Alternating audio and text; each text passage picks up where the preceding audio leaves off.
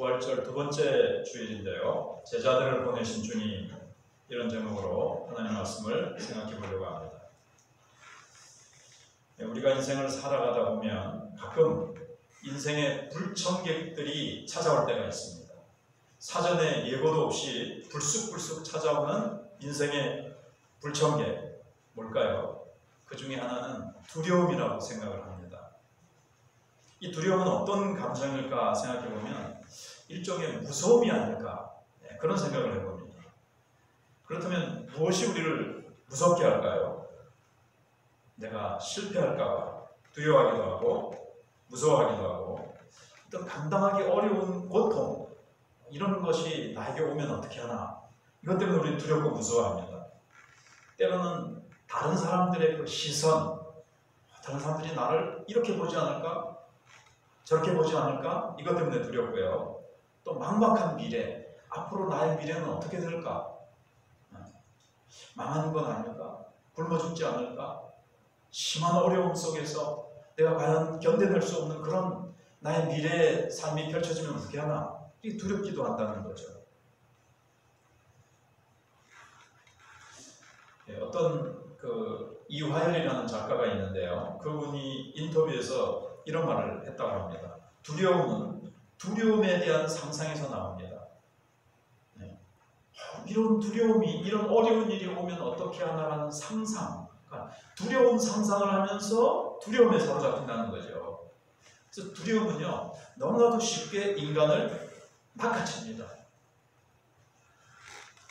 그래서 만물의 영장이라는 인간이요, 두려움에 얼마나 잘 노출이 되는지, 포획이 되는지 모르는데요, 이 두려움의 벌미에 잡히면 연약한 동물로 변합니다. 이런 말을 했어요. 그래서 두려움은 앞으로 나가지 못하게 하고 우리의 발목을 잡습니다. 이렇게 말을 했는데, 그렇습니다. 이처럼 두려움은 인간을 자유롭지 못하게 하는 어떤 그런 어떤 감정이라는 거죠. 오늘 말씀에도 보면 제자들도 두려움에 사로잡혀서 밖으로 나가지 못하고 방 안에 딱 숨어가지고 문을 굳게 걸어 잠그고 이렇게 모여 있었습니다. 도대체 뭐가 이토록 제자들을 두렵게 만들었을까요? 근데 오늘 본문에 보면 또다시 이들이 두려움에서 풀려나서 회복되는 모습을 보게 됩니다. 어떻게 회복돼서 다시 기쁨의 자리, 사명의 자리로 돌아가는지 오늘 본문을 한번 들여다보도록 하겠습니다. 먼저는 제가 잘못 고쳤네요. 주님은 제자들을 격려해 주십니다. 이렇게 실수할 때가 있습니다. 완벽하지 않아서. 주님들을 격려가 아니고 주님은 제자들을 격려해 주십니다. 자, 19절을 보면요, 이날 곧 안식 후 첫날 저녁 때에 제자들이 유대인들을 두려워하여 모인 곳의 문들을 닫았더니, 이렇게 되어 있죠. 이날은 바로 예수님이 부활하신 날입니다. 안식 후 첫날 예수님이 부활하셨잖아요. 예수님이 새벽에 부활하시고 그날 밤에 제자들은 사실 여인들로부터 예수님이 부활하셨다는 소식을 들었습니다. 그럼에도 불구하고 아직 그게 믿어지지 않는 거예요. 아직도 부활했다는 이 소식 앞에 막 혼란스럽고 그들은 두려워했습니다. 그래서 어디에 모였는지 모르지만 거기 모인 곳의 문들을 다 닫고 거기 이제 모여 있었습니다. 그때 예수님께서 오셔서 가운데 서서 이르시되 너희에게 평강이 있을지어다, 이렇게 이제 말씀하시는 거죠. 그날 밤에 부활하신 예수님께서 두려워서 모여있는 제자들 가운데 탁 나타나신 거예요. 예수님의 죽음 때문에 슬픔에 잠겨서, 두려움에 잡혀서 문을 걸어 잠기고 공포에 떨고 있는 제자들에게 부활하신 주님이 다시 돌아오신 겁니다. 여기 가만히 보시면요, 문을 닫았더니가 아니라 어떻게 되어 있죠? 문들을 닫았더니 되어 있어요. 그러면 바깥에 현관문도 닫고 또 방문도 닫고, 뭐 옛날에 창문이 어떻게 생겼는지 모르지만 창문도 닫고 막 있는 문이라는 것은 문을 다 닫은 거예요. 그러니까 얼마나 두려워했는지를 우리가 이제 알고 있는 거죠. 알 수 있는 거죠. 근데 제자들이 문을 다 잠그고 있는데 가운데 탁 나타나셨다는 것은 예수님의 몸은 무덤에서 일으키시기 전에, 십자가에 죽으시기 전의 몸과 그 몸이 다르게 변화됐다는 것을 알 수가 있는 거죠. 그래서 문을 걸어 잠그고 있는데 벽도 소용없고 문을 잠가도 예수님은 그 모든 것들을 뛰어넘으셔서 그냥 나타나신 거예요. 시공을 초월한 그러한 몸을 입으신 겁니다. 제 아들은 어떻습니까? 지금 예수님이 왜 나타나셨을까요? 제 아들은 방금도 말씀드린 대로 예수님의 죽음 때문에 이제 인생의 방향을 잃어버린 거죠. 예수님만 따라왔습니다. 지금까지 직업도 집도 다 내려놓고 예수님을 바라보면서 따라오는데, 예수님이 십자가에 죽으심으로 모든 것이 끝났다고 제 아들은 생각하는 거예요. 부활하셨다는 소식을 듣기는 들었는데도 그거는 아직 믿어지지 않고 인생의 방향을 잃고 그냥 인생의 가치와 목적도 잃어버리고 지금 막 혼란 속에 가득 차 있고, 유대인들이 자신들을 찾아낼까봐 그들은 두려움에 떨면서 어떤 공포 속에 있었던 겁니다. 죽음에 대한 공포가 있는 거죠. 그런데 이것은 단순히 생물학적인 죽음만이 아니라 예수님이 자기들이 가장 따랐던 대장 대신 대장, 소위 말해서 오야, 일본 말인데 아무튼 그들의 스승이요, 주님이 죽으시니까 그를 따르던 제자들을 향해서도 그들이 또 찾아내서 해코지할까봐 그들은 이제 두려웠던 거죠. 그래서 이 두려움은요, 어떤 육신적인 죽음만이 아니고 사회학적으로도 사회적으로도 죽음이잖아요. 그들은 이제 완전히 고립된 겁니다. 밖에 나가서 어떻게 그들이 정상적인 사회인으로, 정상적인 가정으로 이렇게 돌아가겠어요. 너무나도 두려워서 그들은 이렇게 방 안에 숨어 있었던 거죠. 여러분, 죽음은요, 사람을 슬프게 만듭니다. 주눅들게 만들고요, 움츠리게 만듭니다. 그래서 그들에게 가장 필요한 것이, 주님은 뭐라고 생각하셨을까요? 평강이라고 생각하셨습니다. 두려움에 지금 공포에 떨고 있으니까요. 그래서 주님이 오셔서 제일 먼저 하신 말씀이 뭐라고요? 너희에게 평강이 있을지어다. 그래서 주님께서는 평강을 제일 먼저 주십니다. 왜냐하면 예수님은 죄와 사망을 이기시고 죄와 불안과 공포를 가져다주는 사탄을 꺾으셨기 때문에 우리에게 이런 평강을 주실 수 있는 거예요. 근데 이 평강은요, 구원으로 말미암은 평강입니다. 예수님이 십자가에 죽으시고 부활하심으로 말미암아 예수님은 뭘 우리에게 가져다 주셨죠? 구원을 가져다 주셨죠. 이 구원 속에 포함된 평강, 평화로다. 하늘 위에서 내려오네. 내 죄가 예수님의 십자가로 해결되었고, 죄 많던 내가 예수님의 부활로 의롭게 되었고, 하나님과의 관계가 바르게 되었고, 하나님의 자녀가 되었고, 예수님이 이제는 영생을 우리에게 가져오셨으니 평화죠. 평화. 모든 인간의 근본적인 문제가 예수님이 다 해결하셨으니까, 문제를 해결하셨으니까 우리 마음에 이제 평화가 넘치는 거예요. 평화. 사실 죄와 죽음과 이 사단이 가져주는 불안 공포가 있거든요. 이걸 예수님이 다 십자가 또 무덤에서 사망의 세력을 깨뜨리시고 승리하셨기 때문에 이제 평화를 누릴 수 있게 된 겁니다. 그 평화를 가지고 오셔서 평강이 있을지어다. 평강을 너에게 주노니 이렇게 말씀하신 거예요. 그래서 19절에도 평강이 있을지어다. 근데 사실 이 본문에 보시면 예수님이 평강이 있을지어다 한 번만 하셨습니까? 두 번 하셨습니까? 자세히 보시면 두 번 하셨어요. 21절에도 또 평강이 있을지어다 하셨어요. 근데 제가 전에 김서택 목사님의 설교집을 읽어보니까 이분은 또 이 두 개를 구별을 하시더라고요.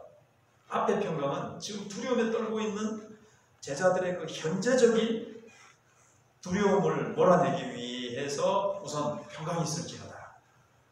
그리고 구원으로 말미암은 평강이죠. 21절에 또 평강이 있을지어다 하는데, 이 평강은 사역을 위한 평강, 두 번째 21절에서 평강이 있을지어다 그러면서 세상으로 보내시거든요. 그러면 이제 세상에 나가서 사단의 세력과 흑암의 세력과 이런 핍박과 환난을 뛰어넘으면서 사역을 하기 위한 평강에다가 세상 사람들에게 흘려보내줄 수 있는 이 평강이다. 사역을 하면서 그들에게 무엇보다도 사역을 위한 평강, 이렇게 말씀을 하는 설교집을 제가 읽어본 적이 있는데 그게 생각이 나서 일단 말씀을 드립니다. 그렇게 이제 구분하는 목사님은 잘 없으세요. 근데 그렇게 구분을 하셨는데 그럴 수도 있겠다. 두 번 말씀하셨으니까 앞에 평강과 두 번째 평강은 좀 다를까? 같을까? 네. 다른 분들은 다 생각을 안 하실 텐데 그 목사님은 그렇게 생각을 하시는데 앞에 평강은 제자들이 지금 두렵고 떨어지고 있는 거기에 그들에게 주시는 거고, 두 번째 평강은 사역을 위해서.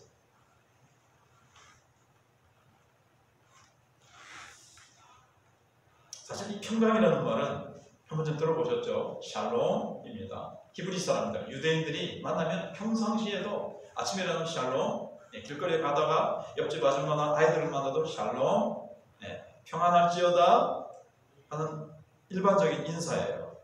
그런데 예수님은 이 평안, 매일 나누는 일상의 인사를 뛰어넘어서 조금 전에 말씀드린 대로 정말 세상이 줄 수도 없고 알 수도 없는, 빼앗아갈 수도 없는 그런 절대적인 평강이죠. 하늘로부터 요청하는 평강, 예수님을 따르는 자들에게 거저 값없이 주시는 약속하신 선물입니다. 세상 사람들은 이 평화가 없어요.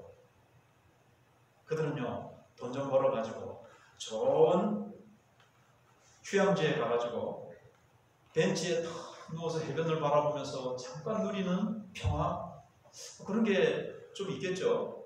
그러나 그 평화는요, 진정한 평안도 아니고 영원한 평안도 아니고 조금만 어려움이 생기면 깨져버리는 그런 평화입니다. 상대적인 평화고 일시적인 평화죠. 그러나 주님이 주시는 평화는 그렇지 않습니다. 이거는 요한복음 14장 27절에서 주님이 먼저 말씀하신 그 약속을, 그 말씀이 지금 성취되는 거예요. 부활하신 다음에 제 아들이 오셔서, 우리 잘 아시는 말씀이잖아요. 요한복음 14장 27절, 예수님이 십자가 지시기 전에 하신 말씀입니다. 평안을 너에게 끼쳐드리고 나의 평안을 너에게 주노라. 예수님은 십자가를 지시기 바로 직전이신데도 평안하셨어요. 그 평안, 환경과 상관없는 평안, 죽음을 앞에 두고도 누릴 수 있는 평안. 인간에게 이런 평안이 있습니까? 환경이, 세상이 이런 평안을 줍니까? 세상은 알 수도 없는 평안, 줄 수도 없는 평안, 빼앗아갈 수도 없는 평안을 너희에게 주노라. 너희는 누굽니까? 예수님을 믿고 따르는 제자들, 또 예수님을 믿고 따르는 저와 여러분들에게만 주시는 절대적인 평안입니다. 무화과 잎이 마르고 포도 열매가 없어도, 외양간 소 없어도, 우리의 양 없어도 기뻐할 수 있는 평강, 그것을 주는 거예요. 그래서 여기 내가 너에게 주는 것은 세상이 주는 것과 같지 아니하니라. 그러니까 이 말씀 속에는 세상이 주는 평안도 있다는 얘기죠. 근데 주님이 주시는 평안은 세상이 주는 평안과 다르다는 거예요. 차원이 다릅니다. 이거는 환경과 상관없이 내 속에서, 내면에서 흘러 터져 나오는 평안이기 때문에 어떠한 것으로도 흔들 수 없고 뺏어갈 수 없는 예수님으로 말미암은 평안, 예수님이 십자가와 부활로 말미암아 이루어 놓으신 평안, 그 누구도 깨뜨릴 수 없는 평안. 너희는 마음에 근심하지도 말고 두려워하지도 말고. 그런데 제자들은 말씀을 믿지 못하니까, 여인들이 전해준 부활의 소식을 딱 말씀을 알고 그걸 딱 붙들고 있었으면 두려움에 빠지지 않았을 텐데 이제 두려워했죠. 예수님이 오셔서 옆에 뭘 보여주십니까? 손과 옆구리를 보여주시면서 날 봐라. 제자들은 막 혼란스러운 거예요. 예수님이 부활하셨다는 것에 대해서. 그리고 누가복음 때 보면 예수님이 딱 나타나시니까 혹시 영은 아닌가? 혹시 귀신을 보는 건 아닌가? 헛것을 우리가 보는 거 아닌가? 아이고 정신 차리자. 이게 뭐 우리가 너무 예수님 생각이 골똘하다 보니까. 근데 예수님은 진짜 몸으로 부활하셨다는 것을 보여주시기 위해서 손과 옆구리를 다 보여주시니 제 아들이 주를 보고 기뻐하더라. 부활 신앙을 확실하게 이제 세워주시는 거죠. 왜? 이들은 부활의 증인이 되어야 되기 때문에 그렇습니다. 네, 그래서 그걸 보고 기뻐하는 거예요.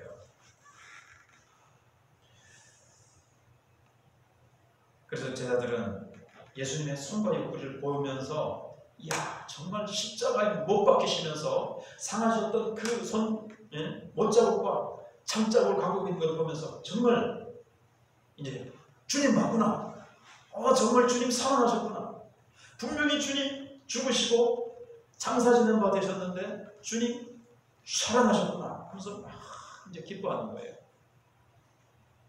근데 사실 예수님은 하나님의 아들이시잖아요. 신성을 가지고 계신 분이 사실 죽는다라는 것은 우리 편에서 보면 우리는 죽음이 뭐 당연한 거지만 하나님의 아들로서 죽음은 좀 수치스러운 것일 수 있습니다. 자신의 약함에 대한 증거니까요. 근데 예수님은 자기의 약함을 부끄러워하지 아니하십니다. 제자들에게 확신을 주고 슬픔과 낙심 속에 있는 제자들을 다시 일으켜 주시기 위해서 이 자신의 약점과 상처를 보여주시기를 부끄러워하지 않으세요. 얼마든지 약함을 보여주세요. 우리는 보통 약함이나 자기의 상처를 보통 얘기를 안 하죠. 어린 시절 자라날 때 어떤 아픔, 부끄러운 과거들, 상처들을 잘 드러내지 않아요. 제 얘기인 것 같아서 좀 그렇습니다만 옛날에 제가 어릴 때 부모님이 이혼하시고 저는 아버지 밑에 자라면서 어머니의 사랑을 받지 못하고 어떤 이런 얘기들을 좀 아주 종종하지만 참여만 했더니 나중에 어느 집사님이 한참 놀랬다는 거예요. 자기는 그런 얘기는 해서는 안 되고 누구 앞에서 해본 적도 없고 그런데 목사님이 강단에서 그런 목사님의 어떤 과거의 약함과 상처와 남에게 내놓기 힘든 얘기를 하시는 걸 보면서 참 놀라면서 자기의 어떤 과거에도 참 아픔이 있는데 참 위로가 됐다는 얘기를 했는데 사도 바울도 그렇잖아요. 나의 약함을 자랑하는 것. 약할 때 강하다는 것을 이제 사도 바울은 한 거죠. 그 예수님은 자신의 상처와 약함을 이렇게 드러내시고 제자들을 향해서 자신이 정말 죽었다가 부활하셨다는 것을. 여러분 지금 우리가 이 다음에 천국 가면은 예수님 손에 못자국과 창자국 그대로 계속 가지고 계실까요? 지금은 없어졌을까요? 예? 없어졌어요? 아니죠. 부활하셨을 때 갖고 계시잖아요. 예수님은 영원히 우리가 이제 천국 가서 예수님을 만날 때 예수님은 몸을 가지고 몸을 가지신 영원히 살아계시는 하나님이시거든요. 삼위 하나님 가운데 성부, 성령님은 몸이 없으시지만 예수님은 몸을 가지신 하나님으로서 영원히 천국에 계세요. 사도행전 읽어보시면 지금은 하늘이 예수님을 받아두었다 했어요. 몸을 가지신 예수님을 받아두고 계세요. 그래서 영원히 예수님은 못자국과 창자국을 영원히 소유하고 계세요. 우리 가서 보면 돼요. 볼 수 있어요. 가서. 예.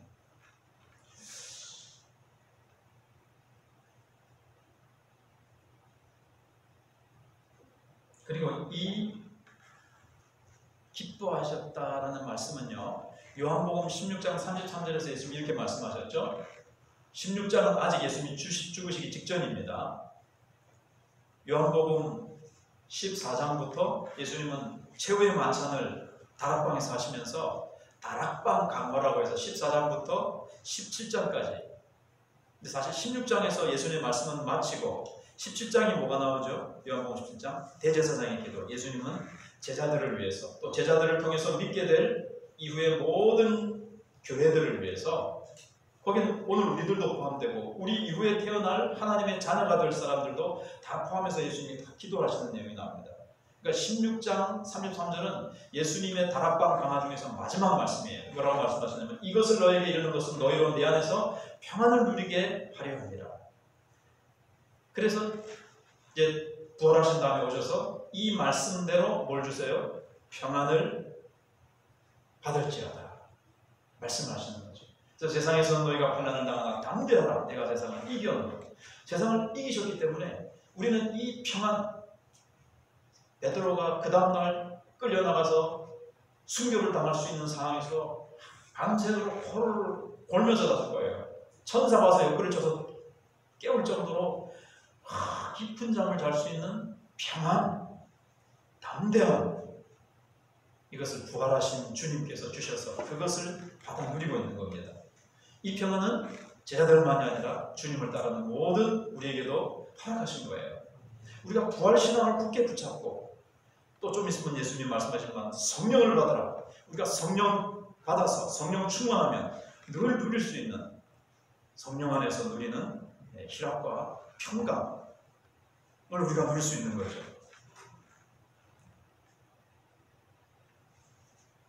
여러분 어떻습니까? 부활하신 주님이 선물로 주신 이 평강을, 이 기쁨의 평강을 누리고 계십니까? 예. 누리지 못한다면 왜 그런 것 같습니까? 여러분 아직도 두려워하는 것이 계십니까? 제자들처럼 집콕, 방 안에 콕 박혀있는 것은 아니지만 뭔가 여러분들 나름대로 벽을 만들어서 방어벽을 만들어가지고 사람들에게 보이지 않게 하려고 그 방어벽을 허물지 않고 그 속에서 나 혼자 외로워하고 슬퍼하고 힘들어하고 그러나 주님은요 그 모든 것들을 아세요. 나는 사람들에게 보이지 않으려고 이렇게 가로막고 있지만 주님은 다 알고 계시고요. 내가 만들어 놓은 방어벽을 주님은 다 통과해서 나에게 오세요. 내가 다 여세요. 다. 주님 오셔서 평안을 주시기 원하십니다. 이제 두려워할 필요가 없어요. 불안해하는 것들을 다 내려놓으시고 부활하신 주님, 부활하신 주님. 자, 악보가 잘 안 나오는데 그 주님이 우리를 약속하신 그 평안, 이것을 너에게 이르는 것은 너희는 내 안에서 평안을 누리게 하려 합니다. 내가 주는 평안, 그 평안을 누리시고 미래를 향해서 지금 가지고 있는 불안과 염려를 다 내려놓으시고 아직도 제자들처럼 두려움에 그렇게 떨고 있지 마시고 세상적인 어떤 그런 문들로 방어벽을 치지 마시고 지금도 걸어잡고 있는 거 있다면 다 풀어버리시고 주님 앞에 다 내려놓으시고 주님 주시는 평강을 가지고 세상을 향해서 나가실 수 있는 저 여러분들이 되시기를 바랍니다. 네.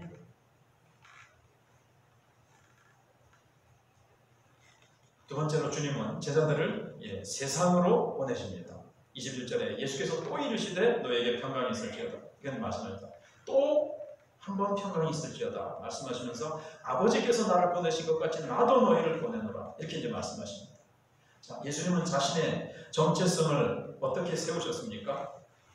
아버지께서 보내신 자, 아버지께서 나를 보내셔서 이 땅에 온 자로 말씀하세요. 요한복음에 보면 사복음서에 많이 나타나지만 요한복음에 보면 특히 나를 보내신 아버지의 일을 해야 된다. 내가 말하는 것은 내가 말하는 내 생각이 아니라 아버지께서 주신 말씀, 하라고 주신 말씀을 내가 하는 것이다. 계속해서 그런 말씀을 하세요. 보냄을 받은 자는요, 보낸 자의 뜻을 전달하는 자입니다. 전달하기 위해서 온 자예요. 우리나라에서 대사를 미국이나 어느 나라에 보냅니다.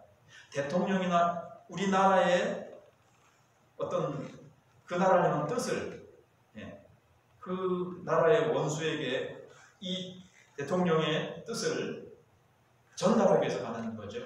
대통령이 정권을 위임하는 겁니다.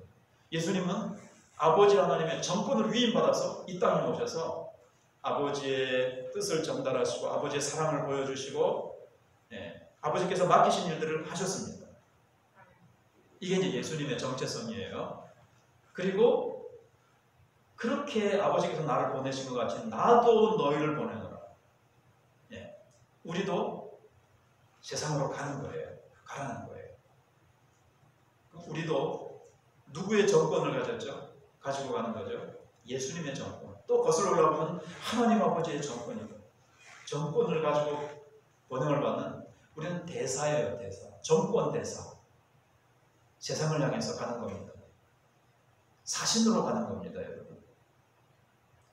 직장에 가지고 나 하늘나라의 사신이다 그러면 좀 정신이 이상하게 보겠지만, 말은 그렇게 하지 않지만 속으로 나는 하늘나라의 사신으로 이 직장에 보냄받은 자라는 의식을 가지고 일하시고 사셔야 돼요.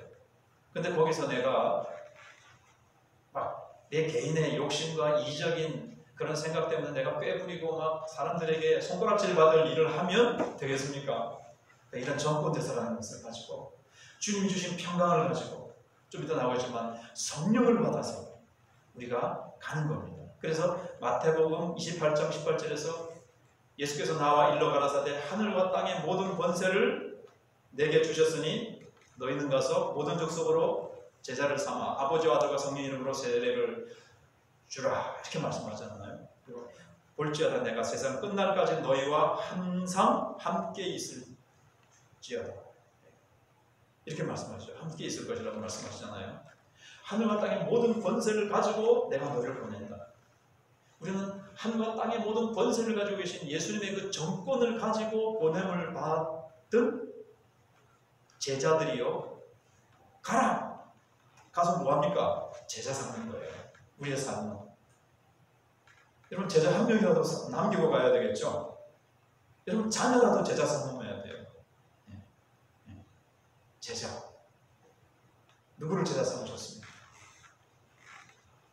그래서 예수님은 이렇게 실망하고 슬픔과 절망 속에 잠겨있는 제자들에게 오셔서 저 같으면요 평강이 있을지어다 이렇게 재임명 회복하시기 전에 한마디쯤은 하고 싶을 것 같아요.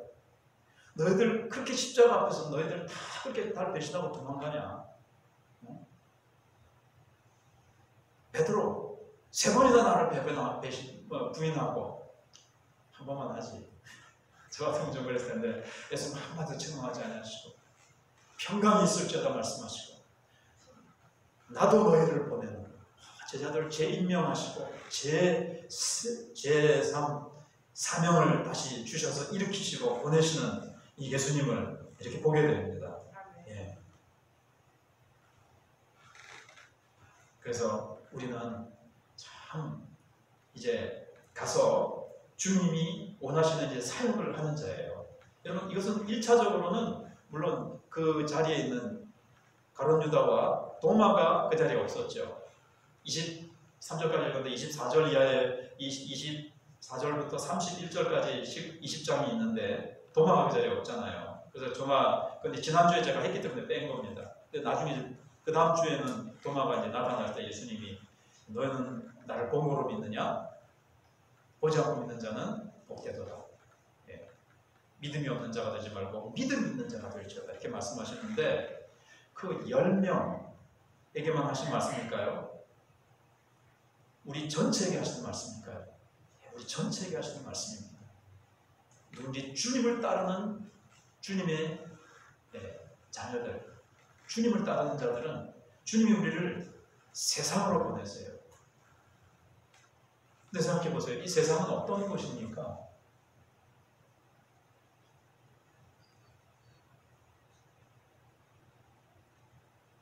세상은 어떤 곳입니까? 얼마 전에 예수님을 핍박하고 예수님을 죽였던 곳입니다. 예. 하나님의 사랑을 증거하시고 하나님의 사랑으로 고치시고 먹이시고 섬기셨던 그런 예수님을 미워하고 죄를 뒤집어 씌우시고 죽였던 그런 악하고 배역한 세상이에요.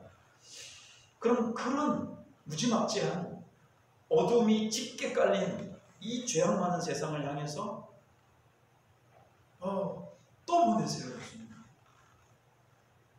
그 세상을 아버지 하나님께서 사랑하신다는 것을 아시고 이 연약한 제자들을 보내시는 겁니다. 세상으로 또 가라는 거예요. 가면 어떻습니까? 사도행전에 나타나듯이 핍박하고 감옥에 가두고 채찍으로 때리고 그렇습니다. 그걸 아십니다. 그러면서도 주님은 세상을 사랑하셔서 그 하나님 없이 고통당하는 영혼들을 하나님 예수님은 아시면서도 보내세요. 여러분, 우리가 세상으로 이제 가는데 회사에 가서 우리가 예수님 때문에 보이지 않게, 지금은 뭐 하나님께서 주신 어떤 질서와 그런 것 때문에 우리를 뭐 죽이고 그러지는 않지만 우리는 예수님 때문에 왕따 당할 수 있고, 우리가 예수님 때문에 양보해야 되고, 예수님 때문에 싸울 수 있는데 싸우지 않고, 예수님 때문에 욕할 수 있는데 욕하지 않고, 묵묵히 겸손히 참고 인내하며 섬기며 양보하며 그렇게 살아야 되잖아요. 그렇죠? 세상이기 때문에. 그래서 우리가 이제 힘들고 어렵지만 우리는 주님의 정권대사로서 주님이 보내셨기 때문에 우리는 가는 겁니다. 예수님이 오셔서 핍박과 고난과 십자가의 죽음까지도 죽기까지 순종하면서 아버지의 뜻을 이루어내신 것처럼 우리도 이제 가는 거예요. 그 다음에 이제 마지막으로 주님은 제자들에게 사명을 주십니다. 이 말씀을 하시고 그들을 향하사 숨을 내쉬며 이르시되 성령을 받으라, 이렇게 이제 말씀을 하십니다. 자, 보세요. 자, 한 장을 한 절을 더 읽어야 되겠죠? 너희가 누구의 죄든지 사하면 사해질 것이요 누구의 죄든지 그대로 두면 그대로 있으리라 하시니라. 이제 이 사역은 죄 사함에 대한 건데, 우선 22절을 이제 보시면 이 사역을 감당하는 데 있어서 제자들만 보내신다면 감당할 수 있을까요? 감당할 수 없습니다. 감당할 수 없어요. 우리는 그 죄악만 세상, 환난과 핍박이 기다리고 있는 이 세상이고, 사단이 물론 예수님이 십자가에서 죽으시고 부활하셨을 때 허리가 꺾어졌지만, 그래서 설설 기지만, 그래도 사단의 세력은 아직도 그 남은 폐잔병들이 우글거리는 이 세상 속에서 제자들만의 힘으로는 되지 않아요. 예수님이 평강을 주시고, 그 다음에 예수님은 그들을 그냥 무기도 없이 전쟁에 내보내는 사령관이 있습니까? 항공모함으로 무장되듯이 주님은 우리에게 성령을 받으라 말씀하십니다. 그래서 이제 이 말씀을 요한복음의 오순절이라고 말씀하기도 해요. 오순절에 성령을 받아서 제자들이 변화된 것처럼, 그 전에 이제 이 성령 받은 거하고 오순절날 성령 받은 것은 어떤 것이냐, 이건 좀 어렵습니다만은 아무튼 그거는 생각하면 또 시간이 많이 가고요. 성령을 받아가야 되는 거죠. 성령을 받아서 성령 충만해야 됩니다. 가만히 있으면 성령 항상 충만합니까? 깨어서 늘 깨어서 기도하고 주님만을 바라며 늘 깨어 기도해야 돼요. 기도라는 호흡을 통해서 계속 성령을 들이마시듯이, 공기를 계속 들이마시듯이, 나쁜 공기는 내뱉고 신선한 공기를 계속 들이마시듯이 계속 날마다 기도하고 순간마다 계속 기도할 때 성령의 충만함을 받는 겁니다. 그리고 기도하지 않고 성령 충만한 법이 있습니까? 가르쳐주세요. 기도하면 기도할수록 그냥 성령이 막 속으로 막 충만 올라오죠. 예. 식사 기도 잠깐 하는 사람의 성령 충만하고, 잠깐 5분 기도하는 사람의 성령 충만하고, 주님 앞에 매달려 1시간이고 2시간이고 충만해질 때까지, 원수를 용서해 줄 수 있을 때까지 주님이 주시는 평강이 충만해서 어떠한 세상에서는 환난을 당할 것이나 담대하라, 내가 세상을 이겨노라. 주님이 이기신 그 이김의 승리를 담대히 붙들고 어떠한 환경과 어떠한 상황에서 두려워하지 않고 흔들리지 않고 나갈 수 있는 이 충만함이 내 속에 차올라올 때까지 기도하는 거예요. 잘 안 되던데요. 될 때까지. 그래서 기도하고 무릎 꿇고 기도하고 주님 앞에 기도하고 그 충만함을 받아서 가는 겁니다. 그래서 성령을 받으라. 그 다음에는요, 너희가 누구의 죄든지 사하면 사해질 것이요 누구의 죄든지 그대로 두면 그대로 있으리라. 그래서 천주교에서는 이 말씀을 좀 너무 좁게 해석을 해가지고 뭐 합니까? 고해성사. 자기가 죄를 지면 하나님께 직접 고백을 못하고 신부에 가가지고 이렇게 죄를 갖다가 고백을 합니다. 그러면 이제 신부가 사하노라, 예수님의 이름으로 사하노라 하는데, 그 말씀을 그렇게 보지 마시고 우리가 가서 이제 사역을 하게 되는데, 교회는 예수님을 따르는 자들의 모임이잖아요. 예수님은 하나님이 나를 보내신 것 같이 나도 너희를 보내노라. 이제 예수님의 사역을, 예수님이 부활하시고 하늘나라로 가버리시면 예수님이 하시던 일은 중단될까요? 그러면 안 되잖아요. 계속해서 어떤 사역이 이루어져야 됩니까? 예수님이 사실은 숨을 내쉬며 가라사대, 이 말씀은 아담을 흙으로 만드시고 숨을 불어넣으시면서 생기를 불어넣으시고 새 생명을 창조하신 것 같이 그런 의미가 들어있습니다. 제자들을 새로운 존재로 창조하시는 거예요. 재창조하시는 사역이 이 속에 이제 들어있는 거예요. 보면 좀 어렵죠. 그러면서 제자들은 부활하신 주님의 그 부활 생명, 영원한 생명을 받아서 새로운 피조물이 되는 거예요. 오늘 우리들도 그렇잖아요. 부활하신 주님의 생명으로 거듭나는 거예요. 그게 이제 성령이 어떤 일을 하시죠? 요한복음 3장대로 우리를 거듭나게 하시는 일을 하시잖아요. 그래서 성령이 아닌 곳에는 거듭날 수 없고 하나님의 나라를 볼 수가 없는 일이라. 그래서 성령이 거듭나게 하시는 사역을 하시면서 우리도 가서, 제자들도 가서, 교회도 우리도 계속 가서 어떤 사역을 하게 될까요? 사람을 살리는 사역. 허물과 죄로 죽은 영혼들을 우리가 복음으로 살리는 사역을 하는 거예요. 사람들이 여기 보면 누구의 죄든지 사하면 사해질 것이요. 여러분, 사람들이 어떻게 죄 씻음을 받습니까? 우리가 가지고 있는 죄사함의 복음을 그들이 받아들이면 그들은 죄사함을 받는 것입니다. 그들이 우리가 소유한 이 복음, 우리에게 주님이 맡겨주셔서 세상에 나가서 전하라고 하신 이 죄사함의 복음, 십자가의 복음을 거부하면 그들은 어떻게 됩니까? 죄 용서를 받지 못하고 그들은 죄를 그대로 가지고 사망의 죄값을 그대로 가지고 남게 되는 거죠. 그래서 우리는 그렇게 전하는 거예요. 그래서 우리는 그 복음을 이제 전해야 되는 겁니다. 그래서 예수님이 숨을 내쉬면서 성령을 받아라는 말씀이 나왔기 때문에 아까 그 재창조의 역사가 있는 거고요.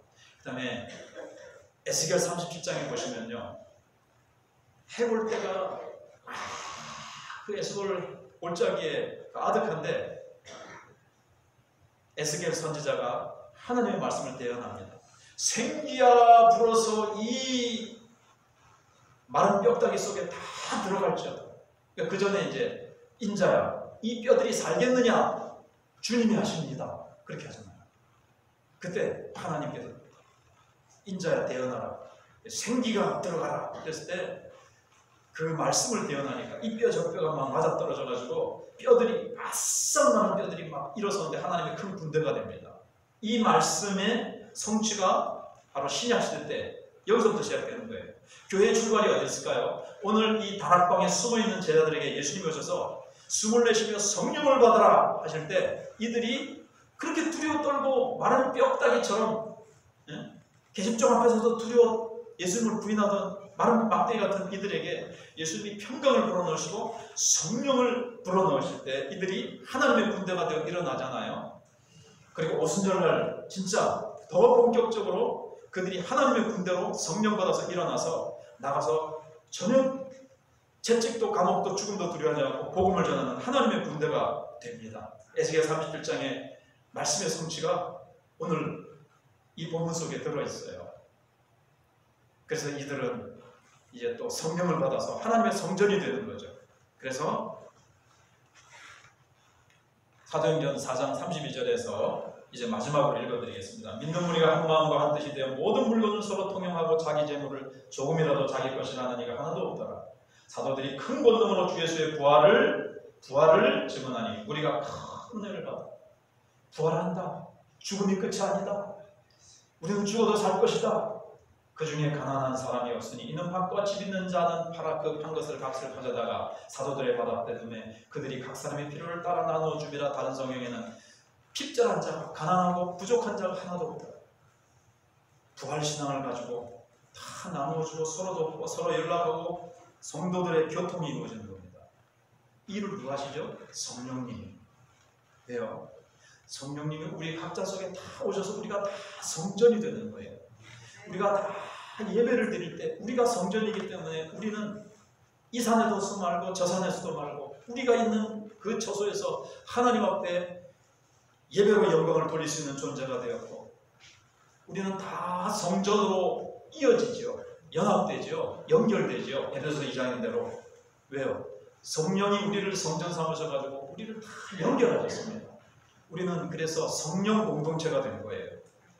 그래서 서로 교통하는 거예요. 교통 속에서는 서로 기도해주고 서로 사랑하며 서로 섬기며 서로 은사로 서로에게 주님의 능력과 내가 받은 은사로 상대방에게 주님의 축복과 능력을 흘려보내주면서 어떻게 되죠? 우리가 자라는 겁니다. 이 일을 성령이 성취하세요. 우리는 다시 거듭나서